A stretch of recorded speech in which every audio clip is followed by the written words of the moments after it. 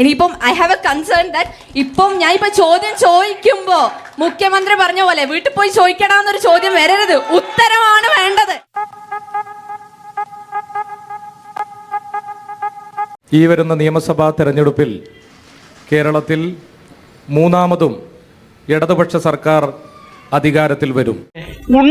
ജനങ്ങൾ അർഹിക്കുന്ന ഏറ്റവും പ്രധാനപ്പെട്ട ഒരു പദ്ധതി കേന്ദ്ര ഗവൺമെന്റ് നടപ്പിലാക്കി ഇവിടെ. ഈ വയോബന്ധൻ പദ്ധതിയിലൂടെ ജനങ്ങൾക്ക് ലഭ്യമാകേണ്ട 70 വയസ്സ് കഴിഞ്ഞതിന് ശേഷമുള്ള മുഴുവൻ പ്രായമുള്ള ആളുകൾക്കും സൗജന്യമായി ചികിത്സാ സംവിധാനം ലഭ്യമാക്കുന്ന ഒരു പദ്ധതി ഇന്നും കേരളത്തിൽ നടപ്പിലാക്കിയിട്ടില്ല എന്ന് പറയുമ്പോൾ ഒരു ഉളുപ്പും മാനവും ഇല്ലാത്ത ഗവൺമെന്റ് ആണ് ഇത്രയും കാലം കേരളത്തിൽ ഭരിച്ചുകൊണ്ടിരുന്നത് എന്ന് പറയുന്നതിൽ യാതൊരു തർക്കവുമില്ല. നമ്മൾ കൊണ്ടുവന്ന കൊച്ചി മെട്രോ ഉൾപ്പെടെയുള്ള നെടുമ്പാശ്ശേരി വിമാനത്താവളം, കണ്ണൂർ വിമാനത്താവളം, അങ്ങനെ തുടങ്ങി എണ്ണിയാലൊടുങ്ങാത്ത പദ്ധതികൾ, അതുപോലെയുള്ള ഏതെങ്കിലും പദ്ധതികൾ പോലും കൃത്യമായി നമ്മൾ കൊണ്ടുവന്നതുമായി ബന്ധപ്പെട്ട് അവസാന ഘട്ടത്തിൽ ചിലത് ഉദ്ഘാടനം ചെയ്തതിൻ്റെ മാത്രം അവകാശപ്പെടാൻ വേണ്ടി കഴിയുന്ന രീതിയിലേക്ക് അവർ പോകുന്ന കാഴ്ച നമ്മൾ കാണുന്നു. ഇത് എന്നെ ഉദ്ദേശാണ്, എന്നെ തന്നെ ഉദ്ദേശാണ്, എന്നെ മാത്രം ഉദ്ദേശാണ്. 2016 ഉമ്മൻചാണ്ടി അധികാരത്തിൽ നിന്ന് പോകുന്ന സമയത്ത് 85,000 കോടി രൂപ കണക്കിലേക്ക് വരാം. സഖാക്കൾ കേട്ടോ, പോയിരുന്നിട്ട് ഒന്ന് ചാറ്റ് എഴുതി നോക്കി. ഓക്കെ, 85,000 കോടി രൂപ കേട്ടോ. ഇപ്പോഴെത്രയാണെന്നറിയാം? ഇപ്പൊ ഈ 2026 പൂർത്തിയാകുന്ന സമയത്ത് അത് 6 ലക്ഷം കോടിയിലേക്ക് എത്തി നിൽക്കും. അങ്ങനെ ഒരു കാശോ എനിക്കൊന്നും ഓർമ്മ വരുന്നില്ല. നീ കിടന്ന് ഉരുളൊന്നും വേണ്ട, ഇക്കാര്യമേ എനിക്ക് നല്ല ഓർമ്മയുണ്ട്. ഇതെടുത്തു, ഇതാ കണക്കെടുത്തും ചോദിച്ചു നോക്ക്. ഞാൻ പറഞ്ഞ കള്ളാണെങ്കിൽ ഈടെ ചോദിക്ക്, വെറുതെ ആവേശം കാണിച്ചിട്ടൊന്നും ഇവിടെ കണക്കുകൾ കഥ പറയുന്നു, ഒരാൾ ചോദിക്കും, അവിടെ മുന്നിൽ തല കുനിക്കുന്നു. അതാണ് സഖാക്കളുടെ ഗതി. അയ്യോ, അതിപ്പോ പുതിയതൊന്നും അല്ലല്ലോ, ഇവന്റെ സ്ഥിരം പരിപാടിയല്ലേ. ഇപ്പം വിദ്യാഭ്യാസ മേഖലയുമായിട്ട് ബന്ധപ്പെട്ട ചർച്ചയാണ് ഇപ്പം എല്ലാം നടന്നത്. ഞാൻ UP-യിലേക്കും ബീഹാറിലേക്കും ഒന്നും പോകണ്ട. നമ്മൾ എവിടെ പോകണോ? പോണ്ടിച്ചേരി പോകണം. പോണ്ടിച്ചേരി ഭരിക്കുന്നത് NDA മുന്നണിയാണ്. അവിടെ പള്ളൂർ സ്കൂളും മൂലക്കടവ് സ്കൂളിനകത്തും അധ്യാപകരെ നിയമനം നടത്താൻ വേണ്ടി കഴിയുന്നില്ല. ഹിന്ദി അധ്യാപകര് ഒരു സ്ഥലത്തു നിന്ന് വേറെ സ്ഥലത്തേക്ക് പോകുന്ന അധ്യാപകരായിട്ട് മാറിപ്പോകുന്നുണ്ട്. തുടക്കത്തില് കളവ് പറഞ്ഞുകൊണ്ടാണ് തുടങ്ങിയത്. അഴിമതിയാണ് കേരളത്തിൽ ഏറ്റവും കൂടുതലെന്ന്. പക്ഷേ ഏറ്റവും കുറവ് അഴിമതി നിറഞ്ഞ അല്ലെങ്കിൽ അഴിമതിയില്ലാത്ത സ്ഥലം കേരളമാണെന്ന് ട്രാൻസ്പെറൻസി ഇന്റർനാഷണൽ എന്ന് പറഞ്ഞിട്ടുള്ള സർവേയുടെ ഭാഗമായിട്ട് പറഞ്ഞിട്ടുണ്ട്. അതുകൊണ്ട് അന്റെ കേരളത്തിനെ കുറിച്ച് പറഞ്ഞാൽ ഞാൻ അത് പ്രതികരിക്കും.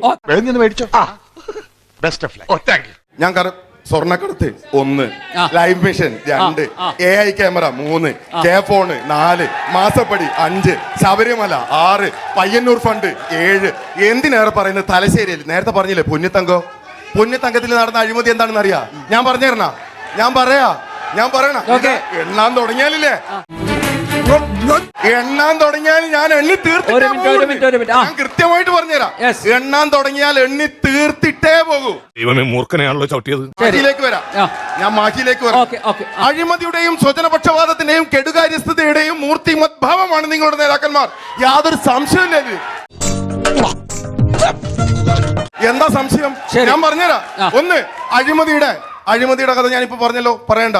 സ്വജനപക്ഷപാതം. നിങ്ങളെ MLAക്ക് ഭാര്യക്ക് ജോലി കിട്ടാൻ വേണ്ടിട്ട് നിങ്ങൾ എന്തെല്ലാം വഴിവിട്ട നടത്തി?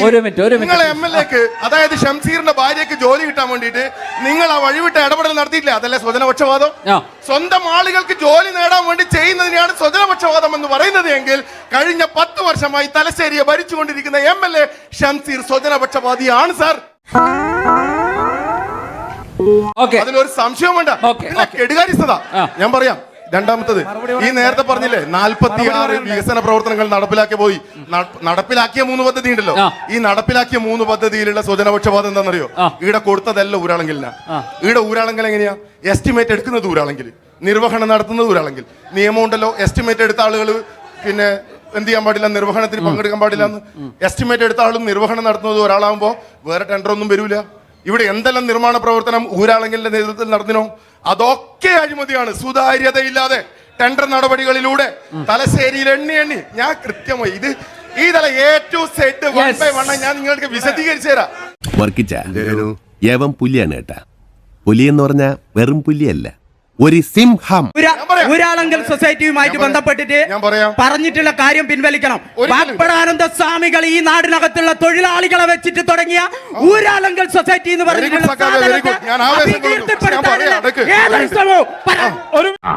ഇതിപ്പം അന്ന് പോലെ പറഞ്ഞോണ്ടിരിക്കുന്ന ആരോ പറഞ്ഞ് പഠിപ്പിച്ചു വിട്ടാൽ മതി. ശരിയാ, നമ്മൾ ആവേശം കൊണ്ട് വേണം പറയാൻ. ഈ ആവേശം നല്ലതാ.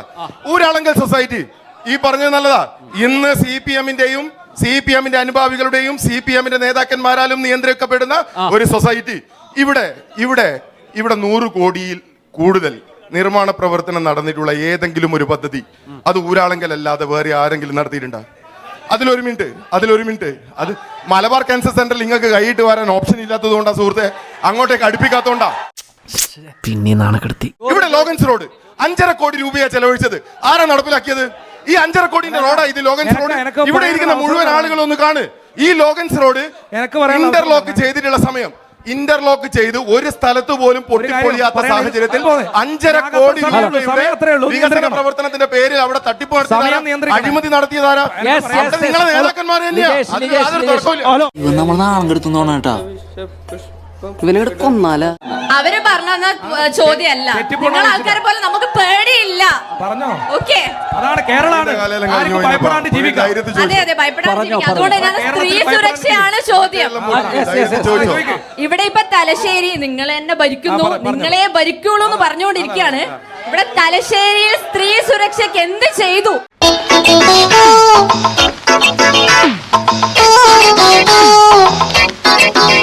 കടൽപ്പാലത്ത് കുറച്ച് ബൾബ് തൂക്കിയിട്ടു.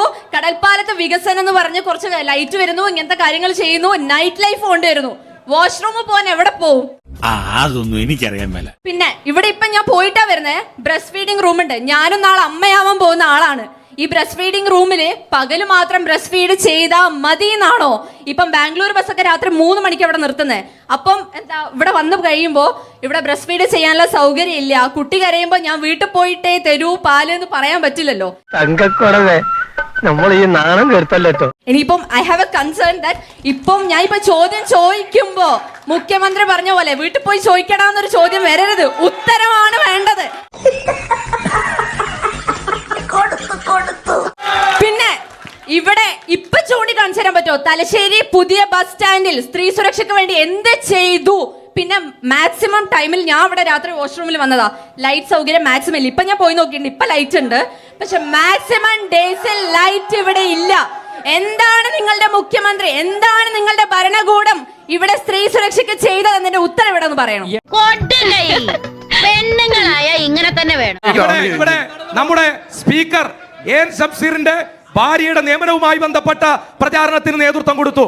ഇവിടെ നിങ്ങൾ മനസ്സിലാക്കേണ്ടത് അദ്ദേഹം ഡിഗ്രി കഴിഞ്ഞ് PG കഴിഞ്ഞ് PhD കഴിഞ്ഞ് അവിടെ പരീക്ഷ പാസ്സായി ഈ പറയുന്ന MLA-യുടെ ഭാര്യയായി എന്നതുകൊണ്ട് ഈ പറയുന്ന അവർക്ക് തൊഴിൽ കൊടുക്കാതിരിക്കാൻ സാധിക്കില്ല. ഞാൻ ചോദിച്ചത് നിങ്ങൾ പറഞ്ഞതും തമ്മിൽ യാതൊരു ബന്ധവുമില്ലല്ലോ. മുതൽ ടേക്ക് ബ്രേക്ക് വരെ എത്ര ദൂരമുണ്ട്? കടൽപ്പാലം മുതൽ ടേക്ക് ബ്രേക്ക് വരെ എത്ര ദൂരമുണ്ട്? പറഞ്ഞേരം മോളെ വിഷമിക്കല്ല. ഇവിടെ മറുപടി പറയുന്നത് ഇവിടെ ശംസീർ ഖാന്റെ ഭാര്യയെ തെറ്റായ നിലയിൽ നിയമിച്ചു എന്ന കള്ളപ്രചാരണം അവിടെ PhD ഉള്ള ഒരു ഉദ്യോഗാർത്ഥിക്ക് തൊഴിൽ കൊടുത്തേ. എന്തോന്നാടോ ഇത്? എവിടെ നിന്ന് കിട്ടിയോടോ ഈ ഉണ്ടാക്കണേ? വിദ്യാഭ്യാസ യോഗ്യതയുടെ അടിസ്ഥാനത്തിലാണ് MLA-മാരെയും അല്ലെങ്കിൽ നിയമത്തിൽ മത്സരിക്കാൻ തിരിക്കുന്നതെങ്കിൽ നിങ്ങളെ നേതാക്കന്മാരുടെ ക്വാളിറ്റി ഞാൻ എണ്ണാൻ തുടങ്ങട്ടെ. ഞാൻ തുടങ്ങണേ. നിങ്ങൾ അതെല്ലാം വിട്ടുപിടിച്ചോ?